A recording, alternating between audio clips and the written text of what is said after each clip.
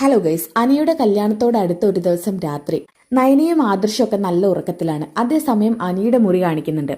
അനി ഉറക്കം കിട്ടാതെ തിരിഞ്ഞും മറിഞ്ഞും ഒക്കെ അങ്ങനെ കിടക്കാണ് കേട്ടോ. അനിയുടെ ഫോൺ ഇങ്ങനെ റിങ് ചെയ്യുന്നുണ്ട് ഒരു ഭാഗത്ത് നിന്ന്.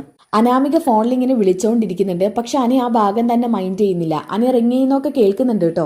ഉറക്കം കിട്ടാത്ത കണ്ടപ്പോൾ അനി എഴുന്നേറ്റിരിക്കുന്നുണ്ട്. അപ്പോഴും വീണ്ടും അനാമിക വിളിച്ചുകൊണ്ടിരിക്കുകയാണ് കേട്ടോ. അപ്പൊ ഇത് കണ്ടപ്പോൾ അനി പറയുന്നുണ്ട്, ഇത് വലിയ കഷ്ടമാണല്ലോ, അല്ലെങ്കിൽ മനുഷ്യന് കിടന്നിട്ട് ഉറക്കം കിട്ടുന്നില്ല, അതിന്റെ ഇടയിൽ കൂടി ഇവളിങ്ങനെ വിളിച്ചുകൊണ്ടിരിക്കും.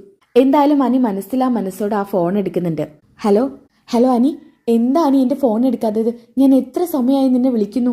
അനാമികെ, ഞാൻ നിന്നെ വിളിച്ച് വെച്ചല്ലേ കിടന്നുറങ്ങിയത്. ഞാൻ ഉറക്കത്തിൽ പെട്ടുപോയി, നീ വിളിച്ചതൊന്നും കണ്ടില്ല, അതുകൊണ്ട് എടുക്കാഞ്ഞത്. അത് നുണ. ഞാൻ ഈ സമയത്തൊക്കെ പണ്ട് വിളിച്ചപ്പോഴും അനി എടുത്തിരുന്നല്ലോ. ഈ സമയത്ത് അധികം ഫോൺ എൻഗേജ്ഡ് ആവാറാ പതിവ്. ഇപ്പൊ എന്താ ഇങ്ങനെ? ദേ അനാമികെ, നീ ആവശ്യമില്ലാത്ത ഓരോന്ന് ചിന്തിച്ചു കൂട്ടരുത്. ഞാൻ നിന്നോട് എത്ര തവണ പറഞ്ഞിട്ടുണ്ട് ഇത്തരം ചിന്താഗതികൾ ഒഴിവാക്കണമെന്ന്. അല്ലേനും നിനക്ക് വട്ട, ഏത് സമയവും ഇത് തന്നെ ആലോചിച്ചിരിക്കുക. അതെ, എനിക്ക് വട്ട് തന്നെയാ. ഹിപ്പ നന്ദു അവിടെ ഉണ്ടല്ലോ, അതുകൊണ്ട് ഫോൺ എൻഗേജ്ഡ് ആവേണ്ട ആവശ്യമില്ല, നേരിട്ട് സംസാരിക്കാലോ. അപ്പൊ അനി പറയുന്നുണ്ട്, അനാമികെ, നീ ഇത്തരത്തിൽ മോശമായി സംസാരിച്ച് വഴക്കുണ്ടാക്കാൻ വിളിച്ചതാണോ എന്നെ? ഞാൻ വഴക്കുണ്ടാക്കാൻ വിളിച്ചതൊന്നുമല്ല. അനി എന്റെ ഫോൺ എടുത്തില്ല. ഞാൻ എത്ര വിഷമിച്ചു എന്നറിയോ? അതെ, ഈ സമയം എല്ലാവരും ക്ഷീണിച്ചു വന്ന് കിടന്നുറങ്ങുന്ന സമയമാണ്. ഈ സമയത്തൊക്കെ ഫോൺ വിളിച്ചിട്ട് എടുത്തില്ലെന്ന് പറഞ്ഞാ? ശരി അനി, എനിക്കെന്തോ കിടന്നിട്ട് ഉറക്കം കിട്ടുന്നില്ല.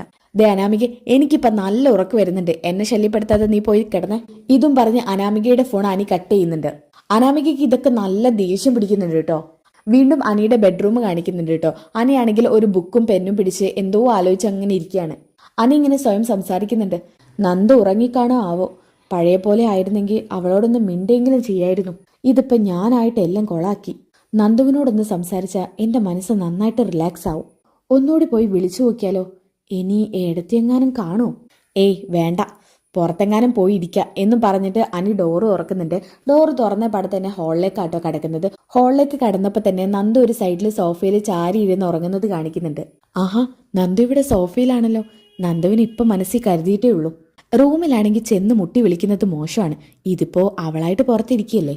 എന്തായാലും പോയി നോക്കാം എന്ന് മനസ്സിൽ ഉറപ്പിച്ചുകൊണ്ട് അനി നന്ദുവിന്റെ അടുത്തേക്ക് നീങ്ങുന്നുണ്ട്. അനി നേരെ പോയിട്ട് സോഫയിൽ ഇരിക്കാൻ കേട്ടോ. അവിടെ എങ്ങും ആരുമില്ല. ആദ്യം അനി അവിടെ പോയിരുന്നിട്ട് നന്ദുവിനെ വിളിക്കാൻ ശ്രമിക്കാണ് കേട്ടോ. അപ്പൊ തന്നെ അനിക്ക് തോന്നാണ്, ഇപ്പൊ വിളിക്കണ്ട. ഇതും പറഞ്ഞ് അനി നന്ദുവിന്റെ മുഖത്തേക്ക് ഇങ്ങനെ സൂക്ഷ്മമായി നോക്കിക്കൊണ്ട് നിൽക്കുകയാണ്. പെട്ടെന്ന് നന്ദുവിന്റെ കയ്യിൽ അനിയുടെ കൈയൊന്നും തട്ടാണ്. ആ സമയം നന്ദു പെട്ടെന്ന് ഞെട്ടി ഉണരുകയാണ്. അയ്യോ അനി, നീ എന്താ ഇവിടെ? അത് നന്ദു, നീ എന്താ റൂമിൽ കിടക്കാതെ ഹാളിൽ കിടക്കുന്നത്?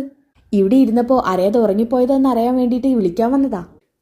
എനിക്കെന്തോ സ്ഥലം മാറിയിട്ടാണോ എന്നറിയില്ല, റൂമിൽ കിടന്നിട്ട് ഉറക്കം കിട്ടുന്നില്ല. അപ്പൊ പിന്നെ ഞാൻ ഹാളിൽ വന്നിരുന്നപ്പോ തന്നെ ഉറങ്ങിപ്പോയി. അതിനെന്താടോ, താ റൂമിൽ പോയി കിടന്നോ. ഇവിടെ കിടക്കണ്ട, ഇവിടെ കിടന്നാലേ രാവിലെ എഴുന്നേക്കാൻ പറ്റില്ല. അനി പൊയ്ക്കോ, ഞാൻ പോയി കിടന്നോളാം. അതെന്താ എന്നെ പറഞ്ഞു വിടയിട്ട് നന്ദുവിനിത്ത ധൃതി? ധൃതിയൊന്നുമല്ല, ഇനി ഈ സമയത്ത് നമ്മൾ തമ്മിൽ ഒരുമിച്ച് കണ്ടിട്ട് വേറൊരു വിഷയം വേണ്ട.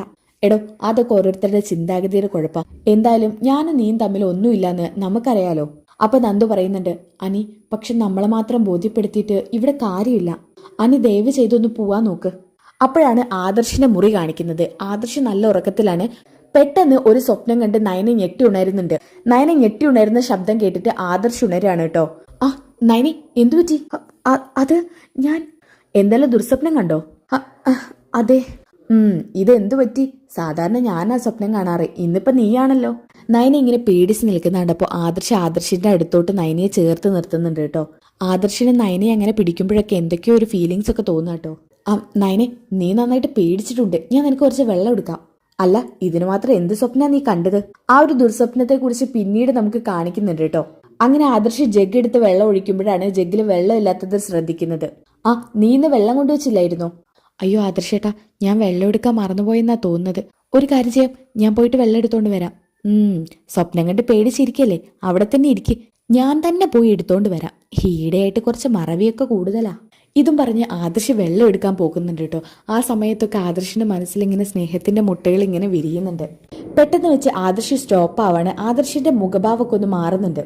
ഒരു സൈഡില് 2 രൂപം ഇങ്ങനെ കാണുന്നുണ്ട് കേട്ടോ. നിഴലാണ് കാണുന്നത്, അതായത് നന്ദു അനിയാണത്. ആദർശാണെങ്കിൽ ആ നിഴൽ ഇങ്ങനെ ശ്രദ്ധിച്ച് നോക്കുന്നുണ്ട് കേട്ടോ. സമയം 12 മണിയായിട്ടും ഇവർക്കൊന്നും ഉറക്കില്ലേ. അപ്പോഴാണ് ആദർശ് അങ്ങോട്ടേക്ക് ചെല്ലുന്നത്. അപ്പൊ തന്നെ നന്ദുവിനെയും അനിയും ആദർശ് കാണുന്നുണ്ട് കേട്ടോ. ഇവരെ രണ്ടുപേരെയും കണ്ടപ്പോ തന്നെ ആദർശ് അവിടെ ഒന്ന് സ്റ്റോപ്പ് ആവാണ്. ഇത് നന്ദു അനിയും അല്ലേ? ഇവരെന്താ ഈ സമയത്ത്? ഷോ, നന്ദുവിനെ നേരത്തെ ഇങ്ങ് കൊണ്ടുവരേണ്ടിയില്ലായിരുന്നു. ഇവര് ഫ്രണ്ട്സൊക്കെ തന്നെ ആയിരിക്കും. പക്ഷെ ഒരു പെണ്ണിന്റെ കൂടെയല്ലേ ഈ സമയത്ത് ഇന്ന് സംസാരിക്കുന്നത്? ഇതൊക്കെ ആരെങ്കിലും കണ്ടോണ്ട് വന്ന് എന്ത് കരുതും? ഇതും പറഞ്ഞ് ആദർശ് അവരുടെ അടുത്തേക്ക് ചെല്ലുന്നുണ്ട്. അപ്പൊ തന്നെ അനി ഇങ്ങനെ പറയുന്നതാണ് ആദ്യം ആദർശ് കേൾക്കുന്നത്. നന്ദു, നീ എന്നെ ഇങ്ങനെ അവോയ്ഡ് ചെയ്യല്ലേ. ഞാൻ നിന്നെ ഇഷ്ടമാണെന്ന് പറഞ്ഞതിനാണോ നീ എന്നെ ഇങ്ങനെ റിജക്ട് ചെയ്യുന്നത്? അപ്പൊ നന്ദു പറയുന്നുണ്ട്, അനി പ്ലീസ്, വീണ്ടും എന്തിനാ അത് തന്നെ ഇങ്ങനെ എടുത്തോണ്ടിടുന്നത്? ഞാൻ പറഞ്ഞതല്ലേ എനിക്ക് നിന്നെ ഇഷ്ടമല്ല. ഞാൻ ആ കണ്ടോണ്ട് അനിയെ ഒരിക്കലും കണ്ടിട്ടുമില്ല. ഇതൊക്കെ ആദർശ് നല്ല വ്യക്തമായിട്ട് കേൾക്കുകയാണ് കേട്ടോ. അപ്പൊ തന്നെ നന്ദു പറയുന്നുണ്ട്, ദേ അനി, നമ്മൾ തമ്മിൽ ഈ സമയത്ത് ഇവിടെ നിന്ന് സംസാരിക്കുന്നത് ആരെങ്കിലും കണ്ടുവന്നാ അതൊക്കെ അവര് തെറ്റിദ്ധരിക്കും. ശരിക്കും പറഞ്ഞ ആദർശ് ഇതൊക്കെ കേട്ടിട്ട് വളരെ ഷോക്കായി നിൽക്കുകയാണ്. അപ്പൊ അനി ചോദിക്കുന്നുണ്ട്, നന്ദു പ്ലീസ്, ഒരിക്കൽ കൂടി ഞാൻ നിന്നോട് ചോദിക്കാം, നിനക്ക് എന്നോട് ഒരു ഇഷ്ടം തോന്നിയിട്ടില്ലേ? അനി ഇല്ലെന്നല്ലേ പറഞ്ഞത്. പ്ലീസ് അനി, ഇങ്ങനെ നീ വീണ്ടും എന്റെ പുറകെ നടക്കുകയാണെങ്കിൽ ഞാൻ നാളെ നേരെ വെളുക്കും മുമ്പ് ഇവിടെ ഇറങ്ങും. അപ്പൊ ആദർശ് ഇങ്ങനെ സ്വയം മനസ്സിൽ കരുതുന്നുണ്ട്, ഇതിപ്പോ എന്താ ഇവിടെ നടക്കുന്നത്? അനിക്ക് നന്ദുവിനെയാണ് ഇഷ്ടം. ഇതിങ്ങനെ വിട്ടാൽ ശരിയാകില്ല. ഇനി നന്ദു ഇവിടെ നിൽക്കുന്നതിൽ ഒരർത്ഥവുമില്ല. അവളെ എത്രയും പെട്ടെന്ന് വീട്ടിലെത്തിക്കണം. അതിന് ഈ വിവരങ്ങളൊക്കെ നയനെ അറിഞ്ഞേ പറ്റൂ. ആദ്യം നയനെ അറിയിക്കണം. ഇതും പറഞ്ഞ് ആദർശ് നേരെ അവരുടെ മുന്നിലോട്ട് ചെല്ലാണ്. അനി, ഏട്ടനോ? ഏട്ടൻ ഉറങ്ങിയില്ലേ? ആദർശിനെ കണ്ടപ്പോൾ തന്നെ നന്ദുവിന് നല്ല പേടി തോന്നുക കേട്ടോ. കാരണം അവര് സംസാരിച്ചെങ്ങാനോ ആദർശ് കേട്ടോ എന്നൊക്കെ നന്ദുവിന് പേടിയാവാണ്. അനി, 2-3 ദിവസം കഴിഞ്ഞാൽ നിന്റെ കല്യാണമാണ്. ഇപ്പൊ നീ എൻജോയ് ചെയ്യേണ്ട സമയമാണ്. ഈ സമയത്ത് നന്ദുവിനെ മാത്രം നീ വിളിക്കുന്നുള്ളൂ. ഞാനും നയനയൊക്കെ ഇവിടെ ഇല്ലേ? ഞങ്ങളെയൊക്കെ വിളിക്കണ്ടേ? പിന്നെ ഒരു കാര്യം, ഈ സമയത്ത് നിങ്ങൾ രണ്ടുപേരായിട്ട് ഇങ്ങനെ സംസാരിച്ചിരിക്കുന്നത് ശരിയല്ല. നിങ്ങൾ ഒരു പക്ഷെ ഫ്രണ്ട്സ് ആയിരിക്കും. പക്ഷേ ഞാനിപ്പോ ഈ പറഞ്ഞതിന്റെ അർത്ഥം നിങ്ങൾക്ക് തന്നെ ചിന്തിച്ചാൽ മനസ്സിലാകുമല്ലോ. അപ്പൊ നന്ദു പറയുന്നുണ്ട്, ആദർശേട്ടാ, ഞങ്ങള് അങ്ങനെ സംസാരിച്ചല്ല. ഞാൻ ഇവിടെ അറിയാതെ സോഫയിൽ ഉറങ്ങിപ്പോയി. അപ്പോ അനിയെ എന്നെ വിളിച്ചത് റൂമിൽ പോയി കിടന്നോന്ന് പറഞ്ഞിട്ട്. അങ്ങനെ പറ, എങ്കിൽ പോയി കിടന്നോ. അല്ല, ആദർശേട്ടൻ എന്താ ഉറങ്ങാത്തത്? ഞാൻ ഉറങ്ങാത്തതൊന്നല്ല. ദേ, ഇവളുടെ ചേച്ചി എന്തോ ഒരു ദുർസ്വപ്നം കണ്ട് പെട്ടെന്ന് ഞെട്ടി ഉണർന്നു. കുറച്ച് വെള്ളം നോക്കിയപ്പോൾ വെള്ളമില്ല. അപ്പൊ അതെടുക്കാൻ വേണ്ടി താഴോട്ട് വന്നതാ. അപ്പോഴാണ് നിങ്ങൾ ഇവിടെ കണ്ടത്. അനിയുടെ പതറിയ മുഖമൊക്കെ ആദർശ് നന്നായിട്ട് ശ്രദ്ധിക്കുന്നുണ്ട് കേട്ടോ. അപ്പോ അനി എന്തെങ്കിലും പറഞ്ഞോട്ടെ എന്ന് കരുതിയിട്ട് ആദർശ് ചോദിക്കുന്നുണ്ട്, അനി, നിനക്കെന്തേലും എന്നോട് പറയാനുണ്ടോ? ഒന്നുമില്ലേട്ടാ. എന്തേ? ഒന്നുമില്ല. എങ്കിൽ പിന്നെ നിങ്ങൾ പോയി കിടന്നോ. എൻജോയ്മെന്റ് ഒക്കെ നാളെ രാവിലെ തുടങ്ങാം. അങ്ങനെ നന്ദുവിനോട് ബായ് പറഞ്ഞിട്ട് അനി കിടക്കാൻ പോകുന്നുണ്ട് കേട്ടോ. അങ്ങനെ ഇവര് കിടന്നോന്ന് ഉറപ്പ് വരുത്തിയിട്ടാണ് ആദർശ് റൂമിൽ പോയി കിടക്കുന്നത്. ഇനി ആദർശ് റൂമിൽ ചെന്നിട്ട് ഈ കാര്യങ്ങളൊക്കെ നയനയോട് പറയുന്നുണ്ട് കേട്ടോ. എന്റെ അടിപൊളി ട്വിസ്റ്റുകൾ നിറഞ്ഞ എപ്പിസോഡാണ് കേട്ടോ. അപ്പൊ ആ എപ്പിസോഡുകളൊക്കെ വഴിക്ക് വഴി വരാൻ വേണ്ടി നെക്സ്റ്റ് എപ്പിസോഡ് ഒന്ന് കമന്റ് ചെയ്തേക്കുക. വീഡിയോ ഇഷ്ടപ്പെട്ടൊന്ന് ലൈക്ക് ചെയ്തേക്കുക. ചാനൽ സബ്സ്ക്രൈബ് ചെയ്തേക്കുക. അപ്പൊ അടുത്ത വീഡിയോ കാണുന്നവരേക്കും ബൈ ഗൈസ്.